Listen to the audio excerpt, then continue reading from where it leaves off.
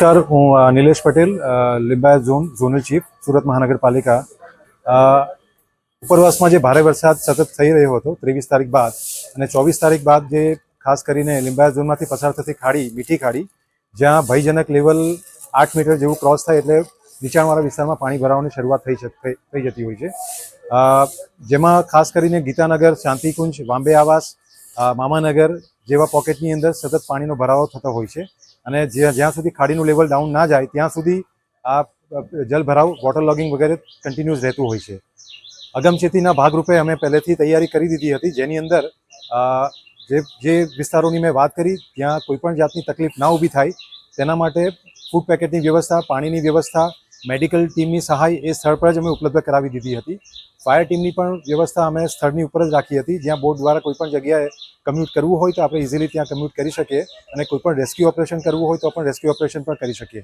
હાલ આપણે જે વિસ્તાર જોઈ રહ્યા છે જ્યાં અત્યારે પાણી ઉતરી ગયું છે અને સવારે 7 વાગ્યાથી આપણે સતત સાફ સફાઈની કામગીરી કરી રહ્યા છે. લગભગ અત્યારે 50 થી 60 આપણે સફાઈ કામદાર અત્યારે અહીંયા ડિપ્લોય કરી ચૂક્યા છે.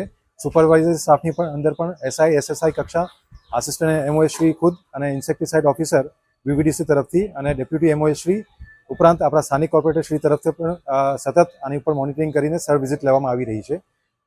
ખાસ કરીને જે સગર્ભા સ્ત્રીઓ હોય એમાં લગભગ 15 થી 20 જેટલી મહિલાઓ છે જે અમારા ધ્યાનમાં છે અને લિસ્ટમાં છે, જે અમે 23 તારીખથી સતત એ લોકોનું લિસ્ટ બનાવીને ફોન દ્વારા ફોલોઅપ લેવાનું ચાલુ રાખ્યું છે અને કોઈપણ જાતની મેડિકલ ઇમરજન્સી ના સર્જાય એના માટે હોડી મારફતે પણ એ લોકોને સહાય પૂરી પાડવામાં આવી છે.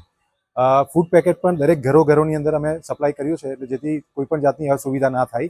હાલ અત્યારે પણ મેડિકલની ટીમ દરેક ઘરમાં જઈને ક્લિનિંગની કામગીરી બાદ જે પણ સર્વેલન્સની કામગીરી કરવાની હોય છે, જેથી કોઈ ડેન્ગ્યુ, મલેરિયાની પણ શક્યતા છે કે કેમ એની પણ ચકાસણી કરી રહ્યા છે.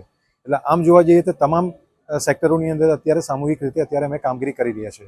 ડી વોટરિંગ પંપ સેટ્સ પણ અત્યારે continuous 250 kVA pump DG set સાથે અને ટોરન્ટ પાવર સપ્લાયના સાથે અમે એને કાર્યરત રાખેલા છે, જેથી વરસાદના પાણી ફરીથી ભરાવો થાય તો ઇમિડિયેટલી એને ચાલુ કરીને ડી વોટરિંગ પણ અમે સતત કરી શકીએ. આજના ડિજિટલ યુગમાં MTV ગુજરાતી ન્યૂઝ ચેનલ આપના મોબાઈલમાં જોતા રહેવા માટે ઇન્સ્ટાગ્રામ પેજને ફોલો કરો અને યુટ્યુબ ચેનલને સબસ્ક્રાઇબ કરો.